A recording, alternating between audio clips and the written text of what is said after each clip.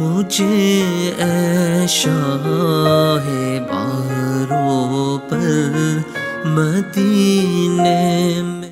حضور نے جب کوئی راز کی بات کرنا ہوتی تو حضرت حذیفہ بن یمان سے کرتے، تو فرماتے ہیں کہ میں چونکہ حضور کے ساتھ نماز نہیں پڑھ سکا تھا، کافی وقت گزر گیا، تو ماں نے مجھے اجازت دی حضور کی خدمت میں حاضر ہونے کی۔ اس شرط پہ ماں نے چھٹی دے دی کہ حضور سے جا کے میرے لیے بھی اور اپنے لیے بھی مغفرت کی دعا کروانا، چونکہ صحابہ کی شدید آرزو ہوتی تھی کہ حضور کے ہاتھ اٹھ جائے۔ انہیں پتہ تھا کہ یہ ہاتھ اٹھ جائے تو باب اجابت تک پہنچتے ہیں، پھر خالی نہیں موڑے جاتے۔ تو کہا کہ حضور سے میرے لیے اور اپنے لیے مغفرت کی دعا کروانا۔ ماں نے اجازت دے دی تو یہ حضور کی خدمت میں آئے۔ کہتے ہیں میں نے مغرب کی نماز پڑھی اور سلام پھرا تو میرے دل میں تھا کہ حضور سے ملوں اور کہوں کہ حضور میرے لیے، میری ماں کے لیے مغفرت کی دعا کر دیجیے، لیکن حضور نوافل میں ایسے مشغول ہوئے کہ مجھے موقع نہ مل پایا، حتیٰ کہ عشاء کا وقت ہو گیا۔ عشاء کی اذان پکاری جانے لگی، حضور نے نماز عشاء پڑھائی، سلام پھرا تو میرے دل میں تھا کہ ماں نے جاتے ہی پوچھنا ہے کہ دعا کروائی تھی تو کیا جواب دوں گا۔ مغرب کی نماز کی چھٹی ملی، عشاء بھی ہو گئی اور میں عرض نہیں کر سکا۔ تو میں ابھی سوچ ہی رہا تھا کہ حضور حجرہ انور کی طرف بڑھ گئے۔ اب جنہوں نے مسجد نبوی کی حاضری کا شرف پایا ہے وہ جانتے ہیں کہ مصلی نبوی سے حجرہ رسول کا فاصلہ ہی کتنا ہے، اور جنہوں نے یہ شرف نہیں پایا، میری دعا ہے کہ وہ اڑ کے مدینے چلے جائیں۔ سچی بات ہے، جس نے وہ شہر نہیں دیکھا اس نے کچھ بھی نہیں دیکھا۔ جنوں ویک کے اکھیاں ٹھر دیاں نے، جنوں ویک کے ٹھردا سینہ ہے، ربا تیری ساری خدائی وچوں بس اکو شہر مدینہ ہے۔ آج اس وقت پوری دنیا کے اوپر جو وبا پھیلی ہے اس کی وجہ سے، جہاں اور بہت ساری چیزیں ہمارے لیے اذیت اور دکھ کا ذریعہ ہیں، وہاں ایک بہت بڑا دکھ ہے کہ مسجد نبوی کے دروازے بھی بند ہیں۔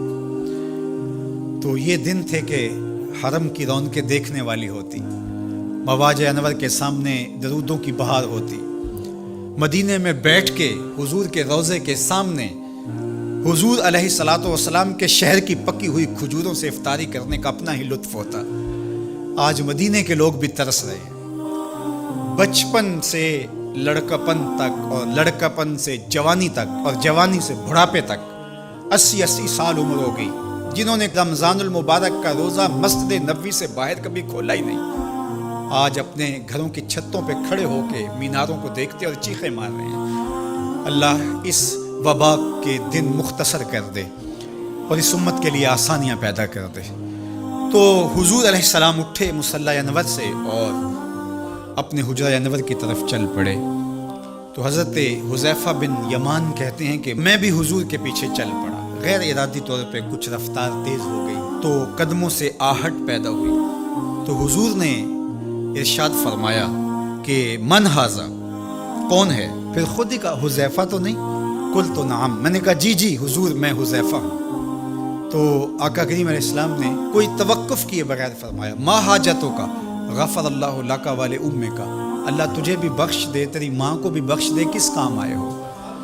اب حذیفہ بن یمان کہتے ہیں جو کام تھا وہ تو جنبش لب سے پہلے ہو گیا، یہاں تو لفظوں کا سہارا نہیں لینا پڑتا، وہ بند لبوں کی بولیاں سمجھتے ہیں۔ تو کہتے ہیں کہ جو حاجت تھی وہ تو پوری ہو گئی، یہی تو کہنا تھا کہ حضور میرے لیے اور میری ماں کے لیے مغفرت کی دعا کیجیے۔ پھر حضور نے ارشاد فرمایا قال ان ھذا ملک لم ينزل الارض قط قبل هذه اللیلہ، اے حذیفہ یہ فرشتہ ہے جو اس رات سے پہلے زمین پر کبھی نہیں آیا، یہ پہلی مرتبہ آیا ہے۔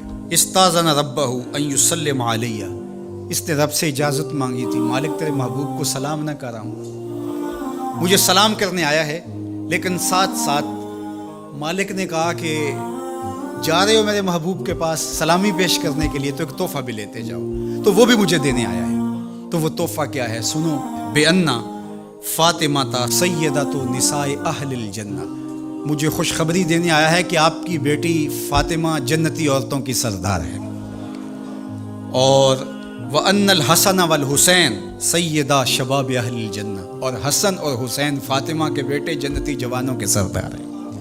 یہ آج خوشخبری لے کر کے میرے پاس مجھے سلام کرنے آیا ہے۔